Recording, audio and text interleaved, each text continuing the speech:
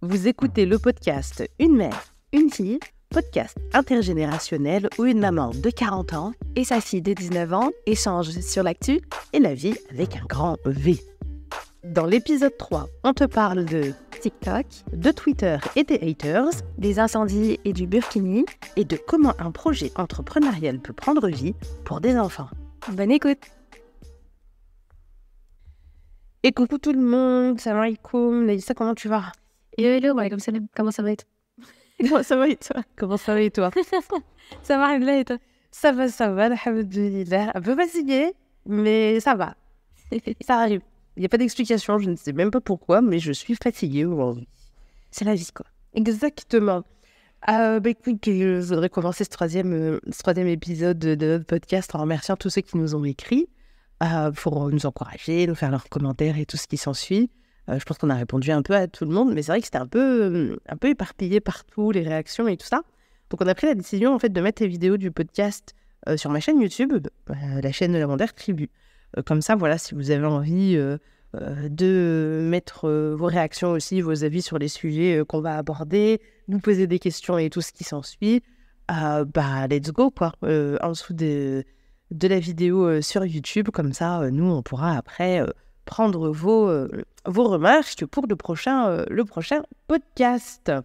Voilà, donc Leïssa, quel sujet as-tu relevé pour ce troisième podcast? Premier sujet. Let's go. Alors, premier sujet qui m'a interpellé de ouf. Est-ce que tu sais ce que c'est qu'un NPC live? NPC's live stream. NPC's live? Ouais. Je n'ai absolument Alors, jamais entendu parler du NPC's live. C'est récent. Je veux dire, le buzz est récent. Mais alors déjà, qu'est-ce qu'un NPC? Un NPC, c'est en français, on dit les PNJ. C'est, tu sais, dans les jeux vidéo, les personnages non joueurs. Oui, ça je connais. Les PNJ, je connais. Donc j'explique un peu pour nos auditrices, tu vois. Pour les boomers. Exact.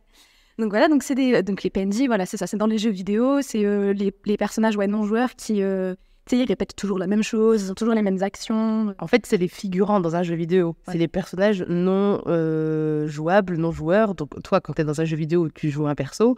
Quand tu es sur une plateforme multijoueur, les autres peuvent jouer d'autres persos. Et à côté de ça, tu as un peu des figurants qui sont générés automatiquement. Et tout ça, ce sont les PNJ. Exact. Bon. Et donc pourquoi est-ce que je parle de ça? Parce qu'il y a une influenceuse, une TikTokeuse qui s'appelle Pinky Girl, une influenceuse canadienne qui sur TikTok. J'ai vu une vidéo qui m'a fait flipper, ouais. Et je crois que c'est ça. En fait, la nana, elle est devant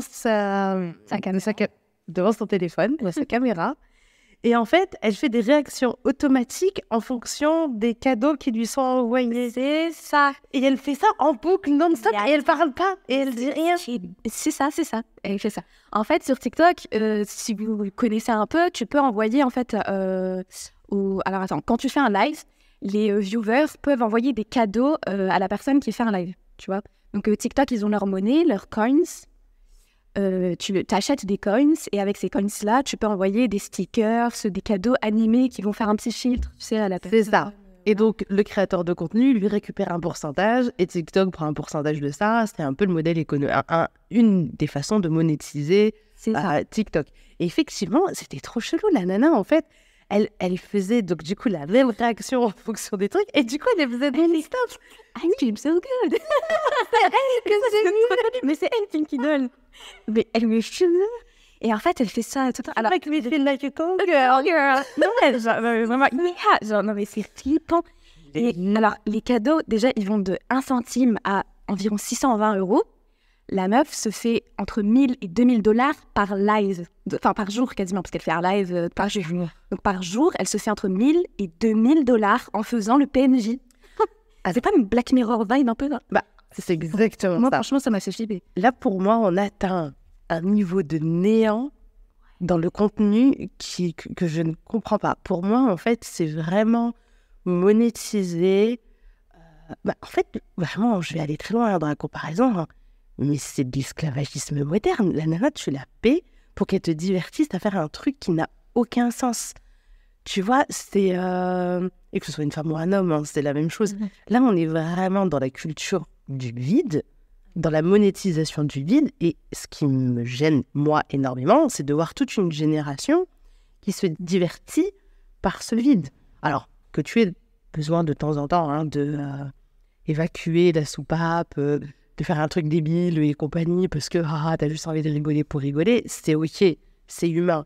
Mais te dire que je m'ennuie, je prends mon téléphone et je vais regarder ce genre de truc, ouais, en fait, on est vraiment à une ère où c'est compliqué, quoi. Tu t'ennuies, prends un bouquin. Alors oui, ça fait très parent moralisateur de dire ça, mais regarde un truc, regarde un reportage. Oui, moi aussi, je regarde des séries et tout ce qui s'ensuit parce que j'aime ça et ça me divertit. Mais à côté de ça, je prends beaucoup de plaisir à aller regarder des reportages d'informations et tout ce qui s'ensuit pendant mon temps libre parce que ça me divertit aussi, tu vois. Et là, moi, ce qui me gêne, c'est que je suis face à une génération, ou des générations, parce que là, il y a plusieurs générations qui arrivent derrière la mienne, du haut de mes 40 ans, là. Ah oui, j'ai 40 ans. C'est vrai. C'est un autre délire. J'ai eu 40 ans, il n'y a pas longtemps. Et j'avais zappé le jour de mes 40 ans, que j'avais 40 ans, je m'en suis rappelé, il était 19h. Bref. Tout ça pour dire que oui, je me retrouve face à des générations derrière qui se divertissent, je ne vais pas dire exclusivement, parce que ce serait quand même faire une généralisation qui me gêne, mais qui, dans sa grande majorité, cultive ce vide. Et j'ai vu la transition, tu sais avec quoi ? Quoi donc ? La transition, moi, je l'ai ressentie avec la télé-réalité. Ah ouais. La télé-réalité, en fait, il y a eu vraiment deux teams. Quand la télé-réalité est arrivée, et ceux qui étaient à fond dedans et ceux qui détestaient. Et je vais même plus arriver dans cette critique face à la télé-réalité qui a amené le monde de l'influence comme on le connaît aujourd'hui. Ouais. Tu vois, en fait, quand il y a eu tout ce qui était les Marseillais, compagnie, ces trucs-là, tout ça là, ouais. Les anges et machin et tout ça, c'est des gens qui sont pas très fut-fut. Faut dire les choses comme elles sont. Je suis désolée, hein, si un jour nous avons des influenceurs, des anges qui nous écoutent, qui sont pas très, très fut-fut dans la globalité. Et justement, les gens attendent qu'ils fassent des fautes de français, des erreurs par manque de culture générale et tout ce qui s'ensuit pour en rire. Et en fait, tu vois, c'était la même chose. C'était vraiment se moquer des autres et prendre plaisir à se moquer des autres. Et du coup, moi, j'étais très étonnée de voir des gens qui, selon moi, avaient quand même un minimum de culture, tu vois, s'intéresser à ça. Ouais. Parce que c'était ça. C'était j'attends le moment où il va raconter une absurdité et ça va me faire rire. Et ça a été le début, quoi. Donc, ouais, là, on en est au PNJ. Et du coup, ça s'appelle les NPC Live, c'est ça. NPC Lives. Voilà. Ben, je pense que ça va être vachement florissant, vu qu'elle se fait beaucoup d'argent, elle va inspirer d'autres personnes. Et là, c'est vraiment l'appât du gain facile, parce qu'il n'y a aucune réflexion à avoir. C'est ça. Mais tu sais, j'ai trouvé ça un peu malsain, en fait, tu vois, parce que en fait, elle est mère de famille, tu vois. Elle a un petit, tu vois. Et tu sais, elle fait ça devant lui. Genre, tu sais, des fois, elle a des switches. Elle fait parce qu'elle est canadienne, donc elle fait ça en anglais, mais elle parle à son fils en français, tu vois. Et elle lui dit viens là, et tout. Enfin, tu sais, elle le dispute, etc. Et puis après, sans transition, elle continue ces trucs, tu vois. Enfin, je trouve ça trop chelou, tu vois. Ça m'avait trop choquée. En fait, moi, je ne suis pas tombée sur ces TikTok à elle, mais j'ai vu un TikTok qui parlait de ça. Ouais. Et j'ai vu le truc et j'ai dit, what? Mais en fait, elle a percé et du coup, ouais, comme tu as dit, tout le monde... Enfin, tu as une vague là de trendy, quoi. Hip-hop. Ouais, ok. C'est très bien que tu parles de TikTok parce que entre les lives où on a vu... Enfin, moi, j'ai vu un reportage qui parlait de réseaux, justement, c'est de l'esclavagisme, justement, qui faisait en sorte que des personnes fassent la même chose pendant plusieurs heures.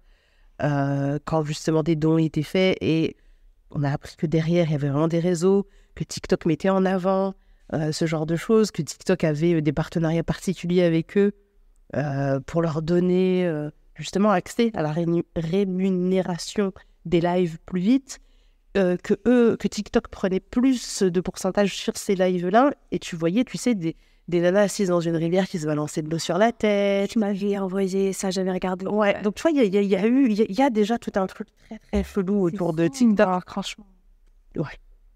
Ouais, c'est ça. TikTok, c'est très très sombre. Mais pourtant, là où moi j'avais relevé un autre truc qui m'avait un peu estomaqué, c'était une étude en fait qui a été menée par l'Observatoire des communications au Royaume-Uni, qui dit en fait que TikTok est devenu la première source d'infos pour les jeunes Britanniques qui ont entre 12 et 15 ans. Non, C'est chaud. J'ai vu ça la semaine dernière.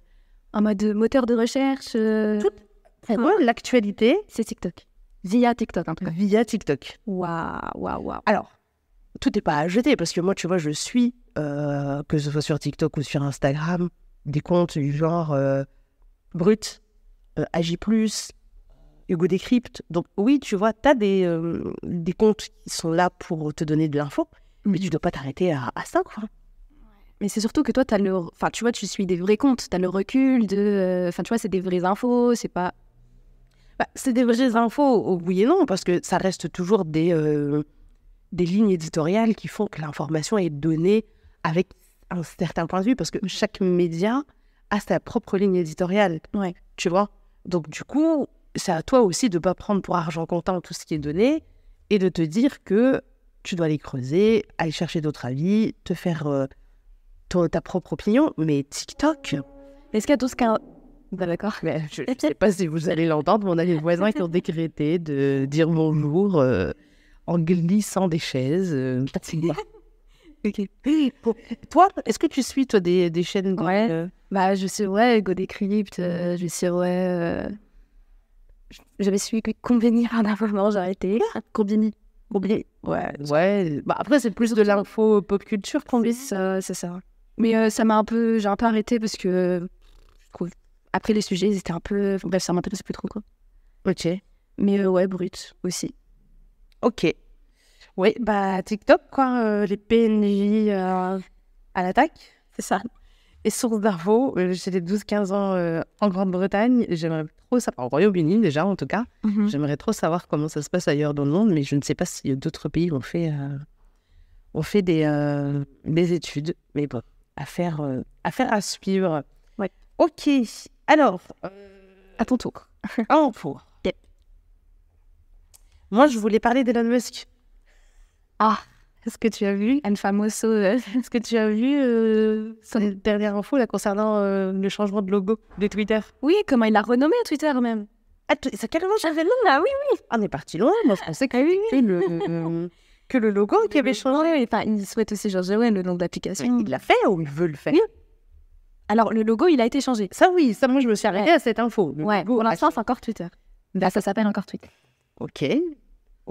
Donc, du coup, le logo, on n'a plus le petit oiseau bleu qu'on connaît depuis je ne sais combien d'années. Et c'est maintenant un X. Donc, X. Alors, je pense qu'Elon Musk fait Une fixation. une fixation sur les X.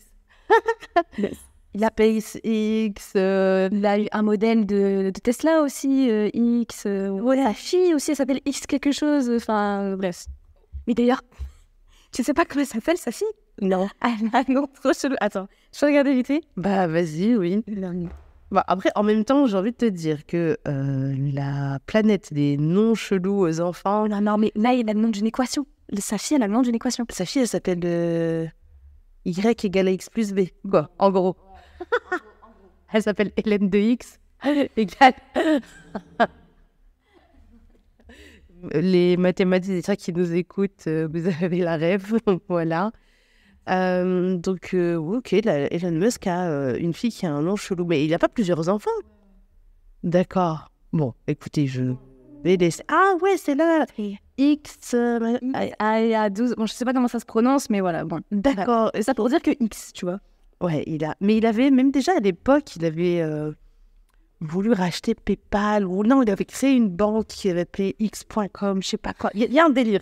Déjà, Mais aussi, je devais dire longtemps, hein. Tu sais que l'URL de Twitter, du coup, maintenant, c'est ça, c'est X.com, quoi. C'est extraordinaire. non, mais vraiment. Ok, ouais, bon bah voilà, donc Twitter change de forme. Alors Twitter, c'est vraiment un réseau social qui ne me parle pas du tout, je le trouve, mais d'une toxicité comme sans nom. Ah ouais. J'ai essayé pendant un moment, mais non, je peux pas. Les gens ont une vibe très, très étrange, en fait, sur Twitter. Et du coup, ouais, bon, bah écoute, Twitter devient X. Voilà. Pourquoi pas là, en même temps, on ne voit pas. C'est très drôle. Oui. Très drôle, très drôle. Ouais, mais je vais peut-être faire la mise à jour pour avoir le X et plus avoir le... Ah, je sais qu'il est sur, je crois, sur la version ordi. Il l'a déjà mis, mais sur mobile, pas tout le monde, tu vois. D'accord. Ah bah, c'est la mise à jour. Oui, on va faire des mises à jour peut-être. Ok. Ouais, mais moi j'ai trouvé l'info très drôle. Ouais. Quand on connaît le personnage, donc X-Corp, voilà. Ouais. X-Corp. Voilà, voilà. C'est la X-Corp de Twitter. Très, très, très drôle. Non, mais ça tient vraiment. Il est perché, en fait. Voilà, ouais, perché. Mais j'ai envie de te dire que toutes les personnes avant-gardistes, toutes les personnes qui ont inventé des choses qui ont changé le monde étaient perçues comme des gens perchés à leur époque. Donc, C'est vrai, t'as raison. C'est vrai que, ouais. Bah voilà, tu connais les 3 étapes du changement? Je crois pas. C'est 3 étapes du changement. Ouais, ça te dit quelque chose ou pas? Vaguement. Bah, en fait, quand tu amènes quelque chose de nouveau, tu vois, qui va Révolutionner. pas vraiment révolutionner, mais qui va à l'encontre de ce qui existe déjà, bah en fait, l'être humain va trouver ça, tu vois, un peu absurde, tu vois, parce qu'en fait, les gens ne veulent pas changer, le cerveau n'aime pas le changement. Donc au début, c'est oh vas-y, c'est n'importe quoi. Mais si tu continues et que tu persistes et que tu commences à convaincre des gens, bah les gens vont trouver ça effrayant. Ça fait peur, tu vois, genre, oh là là, qu'est-ce qu'il il est chelou, lui, c'est un conspirationniste. Tu vois, on va parler de théorie du complot, de machin, par exemple, tu vois, ce genre de réaction. Attention, c'est dangereux, faut pas s'approcher de ça. Et quand la personne va jusqu'au bout et que le changement est amené et que bah, ça va être vécu et qu'on va avoir des bénéfices, ben on va dire, oui, c'était évident, en fait. Ah ouais. C'est fou. Ouais. Et ça, en fait, c'est ce qui existe, c'est ce qui s'est passé, en fait, dans l'histoire, en fait, pour toutes les grandes révolutions. Ouais, c'est vrai, tu tu vois, moi, je pense au téléphone, tu vois. Genre à l'arrivée du téléphone. Téléphone portable. Ouais. On me dit, mais pourquoi téléphone portable, ouais. C'est absurde, ça sert à rien. Ouais, c'est débile. Enfin, on a notre clean fixe, enfin voilà quoi. T'as besoin en fait d'être joignable quand t'es à l'extérieur et tout. Voilà, on s'est goûté, tu reviens. Et, voilà. Et puis finalement, maintenant, c'est tellement dans la vie courante que c'est chelou pour les gens de ne pas avoir de téléphone portable. Exactement, voilà. C'est une évidence qu'il faut un téléphone portable parce que la vie a changé et la vie s'est façonnée autour de l'outil. Tu vois. C'est super intéressant ça. Parce que tu peux caler ce schéma sur toutes les évolutions. Dans toutes les évolutions. Et c'est pour ça que chaque chose doit être vue avec le filtre de l'époque. Tu vois. Parce que ça, j'en parlais avec une proche il n'y a pas longtemps. Par exemple, regarde, tu vas prendre le cas de la Deuxième Guerre mondiale et des résistants. Oui, tu vois. Bah, à l'époque, ils étaient vus comme des terroristes. Ah ouais, complètement. Bah oui. Tu vois. C'est vrai. Ça amène à la libération et compagnie et tout. Aujourd'hui, on les présente comme des résistants qui ont fait des actes certes blâmables et compagnie, mais qui ont amené à la libération d'eux, patati et patata. Ça. Mais interne à l'époque. Bah, ceux qui étaient en face, voilà, pour eux, c'était des terroristes. Ouais. Tu vois. Donc, du coup, tu vois, il faut toujours appréhender une situation par plusieurs angles d'attaque. Tu vois. C'est vrai. Et ça, c'est dans tout dans la vie, en fait. Grave. Mais c'est clair. C'est un fait. Ok, d'accord. Ben voilà. Le Twitter. Twitter, du coup. Et c'est fou, là, parce qu'il transitionne super bien de sujet, là. Alors que... on s'est pas parlé de Twitter, donc c'est ça. Donc Twitter, pour moi, c'est les haters de l'Internet. Ils se sont tous rejoints sur cette appli, tu vois. Enfin, moi, c'est comme ça que je vois. On va détester les gens sur Twitter. C'est ça, et puis t'as un peu les politiques aussi, et un peu d'infos, je trouve. Moi, c'est comme ça que je vois. Politique, hater, c'est info, voilà. Ok, et donc, je voulais parler de Lena Situation. Parce que c'est encore mangé une vague de haine. Moi, j'en peux plus, là. Ils peuvent pas nous foutre à la paix. C'est fou. Tu sais que, enfin, bon, je comprends. Au début, je comprenais pas pourquoi se mangeait toute cette haine. Bon, au final... Alors, oui, ça explique. C'est quoi la vague de haine qu'elle s'est prise? La dernière, parce qu'elle en a tellement la peau. La dernière. Donc la dernière, c'est que en fait, elle a doublé dans une des Barbie, dans Barbie. Ouais. En sachant que la scène avec son copain, donc Seb, il veut pas qu'on l'appelle la frite, je crois. Je crois qu'il est plus qu'on l'appelle la frite. Si tu nous entends, on a le droit de t'appeler la frite ou pas. Bref, donc c'est lui et Seb, enfin elle et Seb. Et donc la scène, elle dure genre 1 minute, tu vois, 1 minute de doublage. Alors pour Seb, c'était en mode ouah, trop bien. En plus sa voix s'y prête trop bien, vraiment. On aime trop ce youtubeur, ouah, trop cool et tout. Mais elle, non, mais pour qui elle se prend déjà que ce secteur professionnel, il est super strict, restreint. Elle, ça y est, elle est influenceuse. Voilà, elle prend le job des gens. Voilà, juste parce qu'elle a 1 million d'abonnés, je sais pas quoi.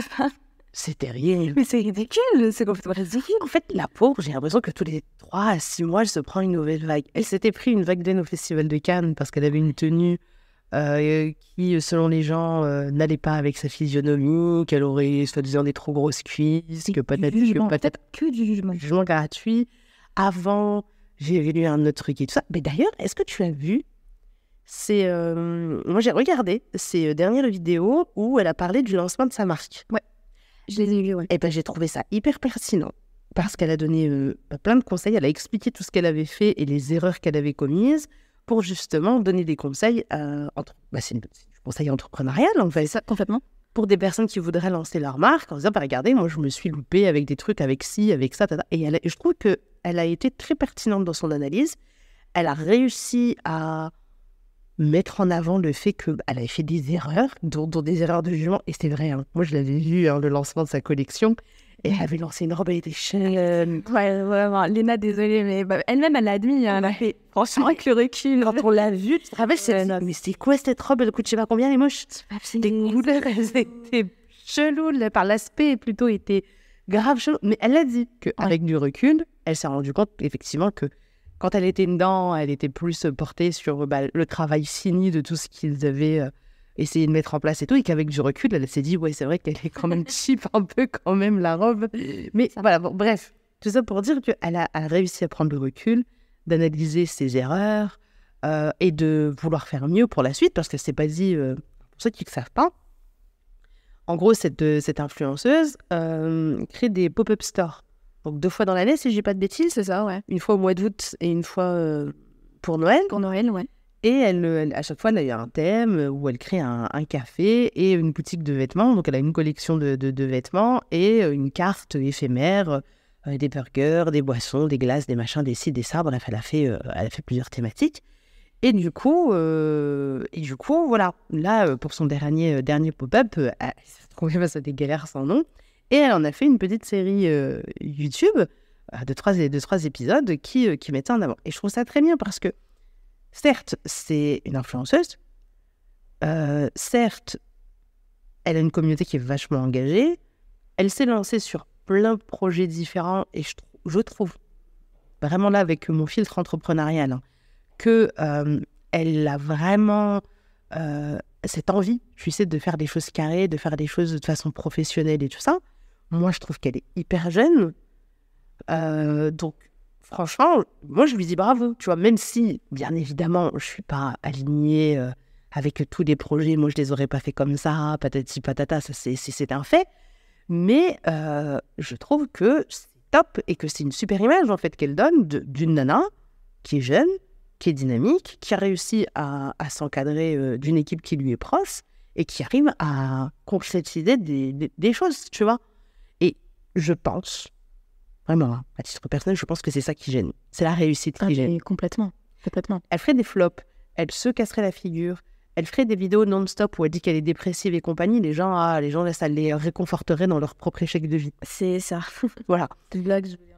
C'est ça. Et là, donc dans ses dernières vidéos, elle explique à quel point ça l'a affectée même sur sa santé. Elle a été hospitalisée pour un ulcère et compagnie. J'avais vu aussi, ça me semble que c'était l'année dernière, où elle avait fait une vidéo comme ça, où elle parlait de la santé mentale, et du fait qu'elle était hyper down, en fait, par rapport justement à tout ce qu'elle disait et que ça l'affectait, elle, et tout ça. Et en fait, je pense que on est dans une période où les gens savent que ça impacte, savent que c'est dû par les influenceurs. Avant, tu sais, les gens disaient, ah, vas-y, moi, j'écris un tweet ou un truc comme ça, jamais il va le lire, ça va être dans la masse. C'est ça. Sauf qu'aujourd'hui, on sait, en fait, que ça les impacte, qu'ils regardent et tout ce qui s'ensuit, et que ça fait partie de leur travail de suivre ce qu'on dit d'eux.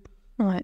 Donc, je trouve que c'est hyper malsain de prendre plaisir, en fait, à balancer des vagues de haine sur... Ouais, ok, on l'a appelée pour doubler 3 lignes dans un film. Bah, c'est normal, elle est influenceuse, elle a une communauté. Barbie, ils ont fait Mais une Barbie à son effigie, littéralement. C'est ça, elle a une Barbie à son effigie. Et c'est surtout que là, ils ont lancé une com internationale à grande échelle de malade. Ouais. Donc, bah, c'est normal, en fait, qu'ils fassent appel à des influenceurs connus et reconnus et compagnie. Et que, bah, si cette vague de haine, il n'y a qu'elle qui l'a et pas son gars qui lui-même est influenceur. En plus, oui. Enfin, il est influenceur, il est créateur de contenu. Oui, youtubeur. Enfin, voilà, j'ai pas vu sa vidéo sur Snoop Dogg. Ah. Que je la regarde. Ah ouais, excellente. Je l'ai pas vue. Je sais qu'il en a fait une, je l'ai vue dans le passé dans mon feed et je l'ai pas. Non, celle excellente. Voilà, il fait il crée du contenu, c'est un peu des petits reportages sur l'histoire de certaines personnes et tout ce qui s'ensuit. Bon, bref, tu vois, c'est sympa. Mais pourquoi est-ce que lui, tout est ok, elle, sous prétexte que c'est une femme, bah oui, machin, mais les gens, ça vous empêche de dormir, en fait, que les femmes réussissent? Punaise, on va parler d'Amel. Allez, c'était pas prévu.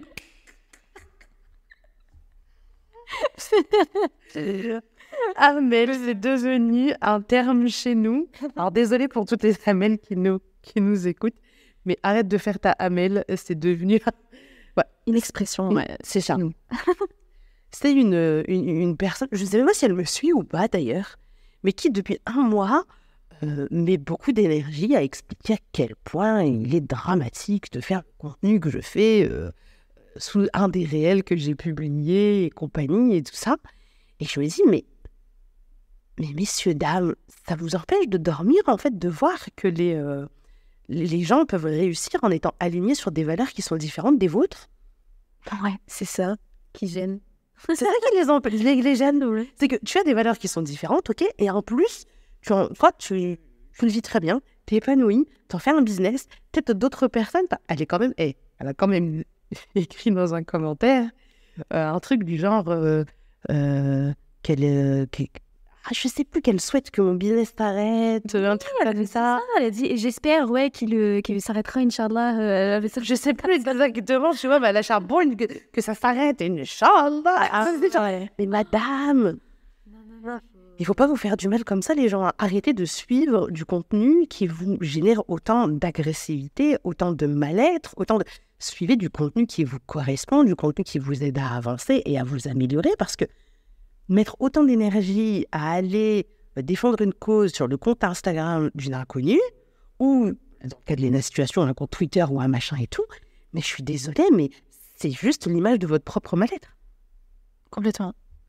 C'est l'image de leur propre mal-être, t'as tout dit. Tu vois, ouais. Et c'est ce gros souci que je vois. Moi, perso, je ne vais pas suivre des comptes qui ne me plaisent pas, et je vais pas commencer à leur dire... Tu sais, c'est comme si que j'allais aller sur un compte d'une nana qui vante...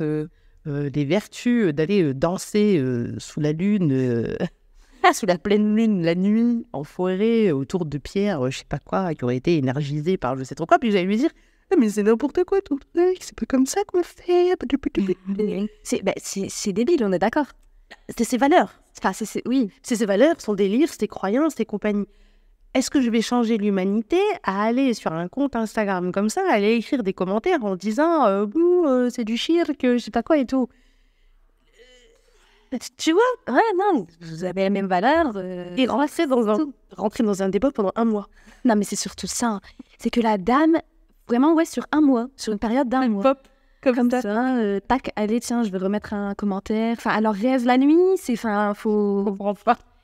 En fait, mettez cette énergie là, que vous mettez dans les commentaires des gens, à essayer de vous épanouir dans votre propre vie, tu vois. Ouais, ton propre et toi, tes propres projets et compagnie et tout ça, tu vois. Exactement.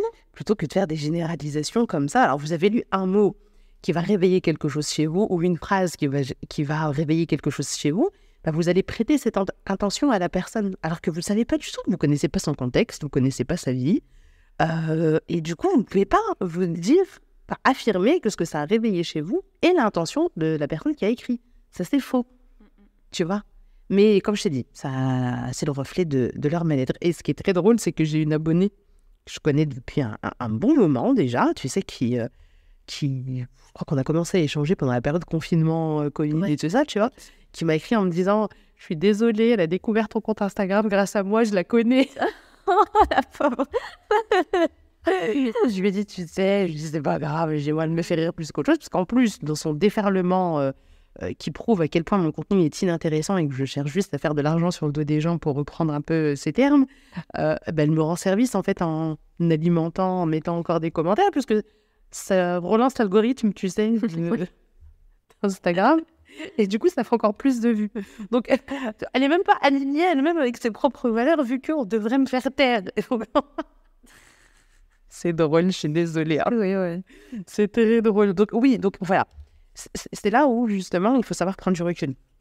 Dans le cas de Léna, si effectivement, en plus, les gens l'attaquent sur des choses qui la complexent déjà et compagnie et tout, donc oui, j'imagine que ça doit être 1 milliard de fois plus compliqué. Elle, en plus, elle est suivie par des millions de personnes, donc elle est loin de mon échelle.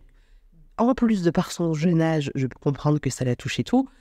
Moi, le gros conseil que je peux donner aux créateurs de contenu et tout ça, c'est vraiment de prendre du recul, quoi. Vous savez qui vous êtes, vous savez pourquoi vous transmettez certaines choses. La réalité des autres n'est pas la vôtre. Tu vois. Complètement. C'est ce que je dis à tes frères et sœurs quand ils viennent pleurer et dire oui, il m'a dit je suis une patate. Ok, d'accord, il t'a dit que t'étais une patate.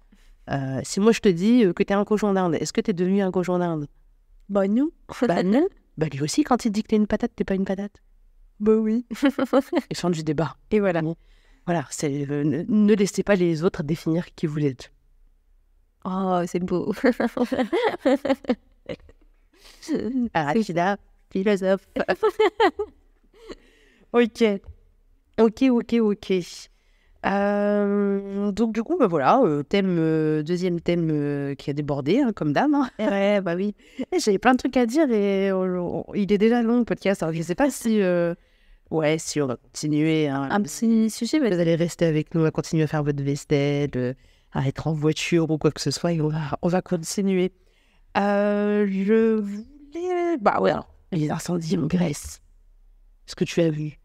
En Grèce? Grèce, il y a moi, j'ai dans ça, j'ai vu. En Grèce, il y a des incendies de malades. Genre, ils ont évacué 300 000 personnes. Waouh. Des touristes, machin et tout. Il y a des îles en Grèce, là, qui sont en train de flamber. Et voilà.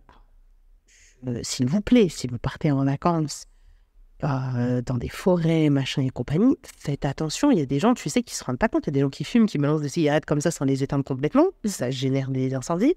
Il y a des gens qui font des barbecues. Et pareil, tu sais, ils laissent juste un peu fumer en se disant « Ah, c'est bon ».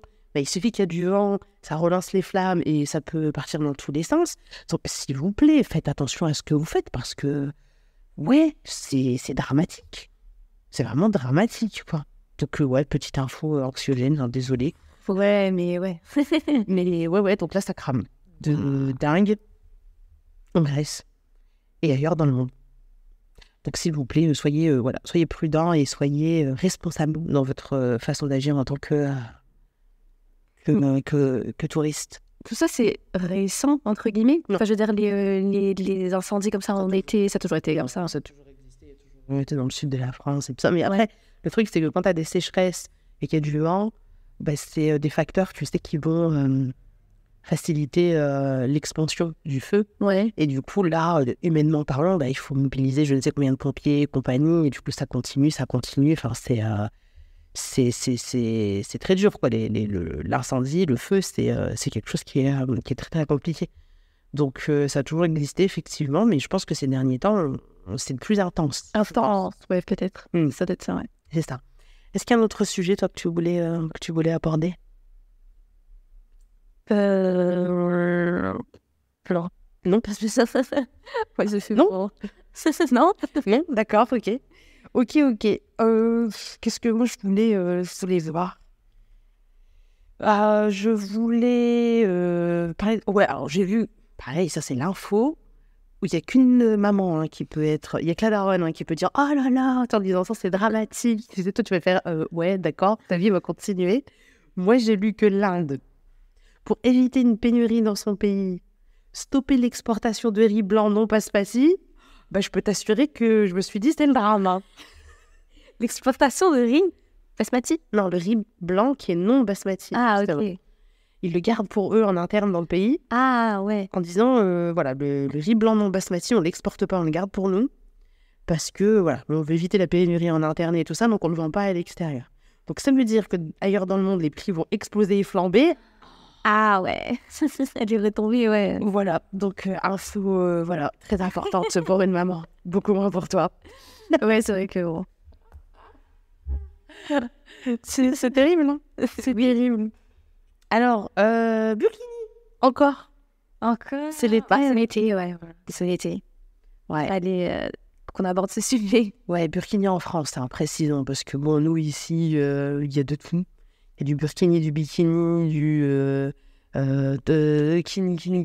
Et donc du coup, ouais, comme tous les ans, en France, burkini pose problème. Et là, par contre, j'ai vu qu'il y avait eu un arrêté, carrément. Il y a un arrêté qui avait interdit le burkini dans une ville dans les Alpes-Maritimes. Ouais. Donc en gros, officiellement, il y avait un arrêté municipal qui interdisait le port du burkini sur les plages de cette ville. Mais par contre, il y a la Ligue des droits de l'homme qui a saisi le Conseil d'État et le Conseil d'État a fait suspendre l'arrêté en disant « Bon, arrêtez vos bêtises, non, ça c'est non ». Donc là où c'est important, je pense, d'en parler, c'est de dire aux gens qui peuvent être affectés par ça, de ne pas se laisser faire, de connaître les lois. Ouais. Et de ne pas se laisser intimider, virer des plages et compagnie et tout, alors que non, en fait, il n'y a rien qui légalement autorise à. C'est ça, vous êtes dans votre droit. Ça, c'est super important parce qu'ils profitent tellement de la...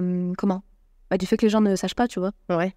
T'as déjà été face à ça? Oui, oui, j'en ai déjà fait les frais. Hein. Vas-y, explique. J'en ai fait les frais. Alors, j'ai passé mon bac en candidat libre, donc l'année dernière. D'accord. L'année dernière.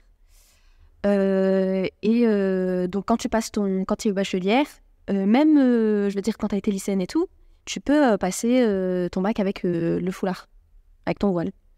T'as pas besoin de le retirer dans l'établissement ou quoi que ce soit. J'ai passé du coup mes épreuves dans 3 établissements différents. Et ces 3 établissements m'ont retardé à chaque fois pour chacune de mes épreuves pour que je retire mon voile. Donc à chaque fois c'était soit un surveillant, une surveillante ou une dame à l'accueil. J'ai dû à chaque fois, des fois pendant une demi-heure, 1 heure même, une fois 1 heure, j'ai dû attendre pour avoir, tu vois, comment t'appelles ça? Pas la directrice, la principale, la principale, le proviseur. Collège, lycée, proviseur. Donc ouais, le proviseur pour dire que j'avais le droit, quoi, tout simplement. Enfin, je trouve ça grave quand même de me retarder. Déjà, je suis stressée. Je passe plus d'épreuves qu'un candidat lambda. Et puis on me retarde, je connais pas le lycée, enfin tu vois, c'est stressant et c'est grave de profiter en fait d'une potentielle naïveté parce qu'ils savent que j'ai le droit, mais ou alors ils ne connaissent pas leur propre loi, hein, ça, voilà. Et voilà, je trouve pas ça normal, je trouve ça pas du tout normal, voilà. Ouais, effectivement, il y en a qui vraiment ne connaissent pas le truc, ils se disent bah tiens, c'est interdit dans le lycée, donc voilà. Donc comme tu l'as dit, quand t'es candidat libre, tu ne fais pas partie de l'établissement, donc le règlement intérieur ne s'applique pas à toi. C'est ça. Tu vois, donc voilà, mais il y en a qui ne le savent pas. Et comme je l'ai dit, ils essaient d'utiliser un moyen de pression. Ça fonctionne, la preuve. Oui, expliquer que c'est ça. Le lycée qui m'a fait attendre 1 heure, là, a fait retirer, du coup, le voile à une des candidates. C'est-à-dire, quand je suis sortie de l'épreuve, on est sortis un peu en même temps. Et en fait, elle m'a attendue à l'entrée du lycée. Elle m'a dit, mais qu'est-ce que tu fais avec ton foulard? Je lui ai dit, je suis en droit de le porter. Enfin, voilà. Et en fait, j'ai cru que j'étais un peu sur la défensive, tu vois, parce que même moi, j'ai cru qu'elle allait me juger ou quoi. Elle m'a dit, mais moi, je l'ai retiré. On m'a dit de le retirer. Je l'ai retiré. Je lui ai dit, ma sœur, vraiment, enfin, faut se renseigner, quoi. T'as le droit. Et donc, du coup, elle était grave dégoûtée. Alors, faut se renseigner, t'as le droit. Il faut dire que moi, j'avais fait le travail en amont, je t'avais expliqué. Et tout ça. Ouais, de moi-même, j'aurais pas... je savais pas. Voilà, si je t'avais pas aiguillé là-dessus, tu l'aurais sûrement retiré parce que tu as envie d'aller passer ton bac, tu vois. Donc, c'est aussi le travail d'accompagnement des adultes qui sont autour. De te donner les clés pour justement être face à ce genre de personnes et appréhender au mieux ce genre de situation, effectivement. C'est ça. Et du coup, après, elle est revenue avec son foulard. Voilà, exactement. Bah oui, ouais. Comme quoi, tout est une question d'état d'esprit, tout est une question de mindset. Je voudrais qu'on finisse ce podcast pour parler de la dernière actu de la Wonder Tribu, parce que j'ai reçu beaucoup de questions. Et là, il va falloir que tu expliques pas mal de choses. Donc, pour ceux qui ne sont pas au courant, avec tes frères et sœurs, tu as bossé sur un livret d'activités imprimable destiné aux enfants de 6 à 8 ans. C'est ça.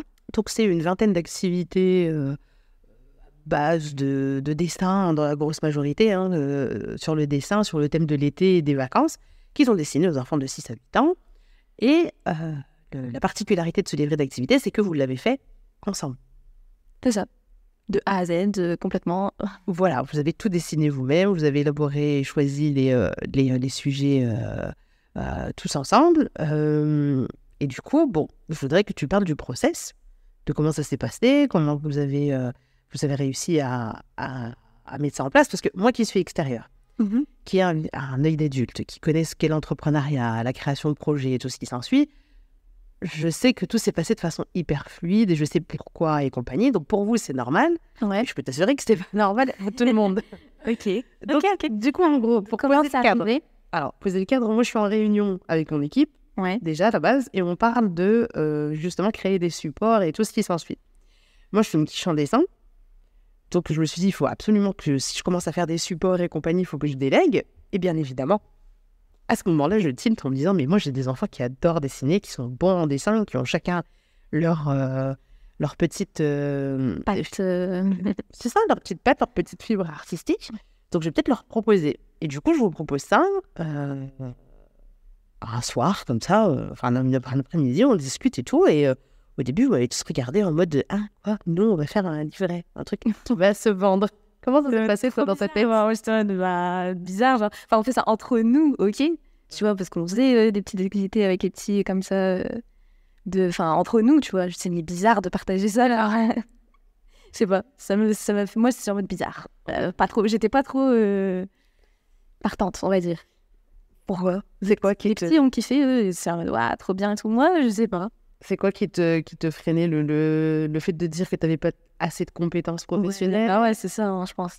De minimiser tes capacités? Ouais, je me suis dit, je pourrais pas faire un truc carré, propre, que je pourrais vendre, tu vois. Non, ouais, moi, je fais. Là, complètement, genre, c'est quoi, je décide ça en... tu vois, le truc, je le prends en 15 minutes, qui va acheter ça, tu vois. Ouais, bon, vous l'avez pas produit en 15 minutes. Non, j'ai vraiment abusé, là. C'est ça. Mais ouais, alors... le fait de rabaisser ses compétences ou pas avoir un visage clair justement sur ses compétences et tout ce qui s'ensuit, c'est quelque chose qui peut justement freiner un projet. Donc ce qu'on a fait, c'est qu'on avait une petite réunion où je vous ai exposé le process. Pour y arriver, il faut que vous fassiez comme ci, comme ça, étape par étape. On a décortiqué étape par étape ce qu'il fallait faire. Et on a mis en place un rythme en disant il nous faut une activité finie par jour. Non, au début, je vous ai laissé choisir. Et vous avez été je vous avais dit c'est trop. Vous m'avez dit si, t'inquiète. Je vous ai dit ok, d'accord. Dans ma tête, je me suis dit ils verront sur le terrain que c'est pas possible. Et du coup, ils se freineront de par eux-mêmes. Donc, du coup, chacun avait sa tâche en fonction justement de ses compétences et tout ça. Donc, tu avais ton frère, Monsieur S, qui, de toute façon, maintenant, j'ai déjà dit qu'il s'appelait Souleyman. Ah ouais, Salik. J'ai dit c'est Salik, c'est plus un secret. Et je lui ai demandé son avis. Il m'a dit oui, tu peux dire je m'appelle Souleyman, c'est pas un souci. Donc, Souleyman, lui, était le concepteur des idées. Voilà, avec les plus petits. Avec les plus petits, est-ce que ça vous t'aime bien, machin et tout. Ils ont été plongés dans le livre d'activités qu'ils ont déjà. Quels sont les trucs les plus attrayants pour les petits et compagnie et tout. Donc, lui, il a fait le panel du choix et des thématiques, des idées. Exact. Il a transmis ça à Mademoiselle A, qui, elle, a fait une première ébauche de ce que ça pouvait donner, sur papier et compagnie. Et toi, ensuite... Et ensuite, moi, je finalisais, je colorisais. Enfin, je colorisais, ça se dit? Je sais pas si ça se dit. Coloriser. Je mettais en couleur, voilà. En forme et en couleur. Voilà. Toi, tu retravaillais l'idée à la fin pour avoir le format numérique final. C'est ça. Et du coup, vous en avez fait une vingtaine. Toutes très originales, toutes sympas, toutes mignonnes, très cohérentes en plus dans l'univers et compagnie et tout ça. Moi, je trouve que le résultat final est très bien. C'est mon point de vue et les retours que j'ai eu des personnes qui sont déjà... Alors, tu sais qu'il y avait une personne qui m'a écrit et qui m'a dit « J'ai pas d'enfants, mais pour les soutenir, vu que c'est quand même des enfants qui sont sur un projet entrepreneurial et compagnie, je l'ai pris pour un neveu. » Ça va, c'est trop mignon. Ça, c'est gentil. Tu vois. C'est bien. Voilà. Et donc, du coup, toi, comment est-ce que tu l'as senti pendant la réalisation du truc? Comment tu t'es sentie de toi? Est-ce que c'est... Bah alors, au début, je l'ai... Alors, c'est vers la fin. Alors, attends. Au début, donc, je le faisais de façon machinale, on va dire. Donc, j'étais là... Vu que tout le monde était motivé et tout, j'étais là, bah ok, je suis la machine, tu vois. Et c'est vers la fin, quand j'ai commencé à, tu sais, mettre les slides, enfin, tu vois, le PDF et tout, j'ai dit, attends, là, je suis en train de concrétiser le truc. Et je sais pas, ça m'a fait trop bizarre. Ça m'a fait trop chiant. J'ai fait, bah, en fait, c'est stylé ce qu'on a fait, tu vois. Ouais. Et voilà. Est-ce que ça a été dur? Ça a été dur. Bah, en fait, le fait de... Alors, si j'avais été toute seule, je crois que je l'aurais jamais finalisé, je pense. Hein. Ouais. C'est le fait que il y avait tout le monde, tous mes frères et sœurs dessus. Bah, tout le monde était enthousiaste et tout. Bah, du coup, je pouvais qu'être enthousiaste parce que l'énergie, elle était là. Elle était là. Et puis, c'est surtout qu'ils te prémâchaient le travail, en fait. Ouais. Que tout ce qui était créativité, compagnie et tout, ça avait déjà été fait en amont. Ça a été prémâché. Donc, toi, tu n'avais plus qu'à sortir ton stylet sur ta tablette graphique et harmoniser ça et compagnie et tout. Donc, en fait, vu que la charge, elle est divisée en plein de petits morceaux, bah, du coup, c'est largement faisable. C'est ça, complètement. Tu vois. Et du coup, tu es fière de votre résultat? Ouais. Non, je suis fière, ça va. Bah, le fait d'avoir les premiers... C'est les retours aussi qui... Oui. Ça fait plaisir. À chaque fois, c'est reconnaissance un peu de ton travail. Donc, ouais. Ah ouais, je suis contente.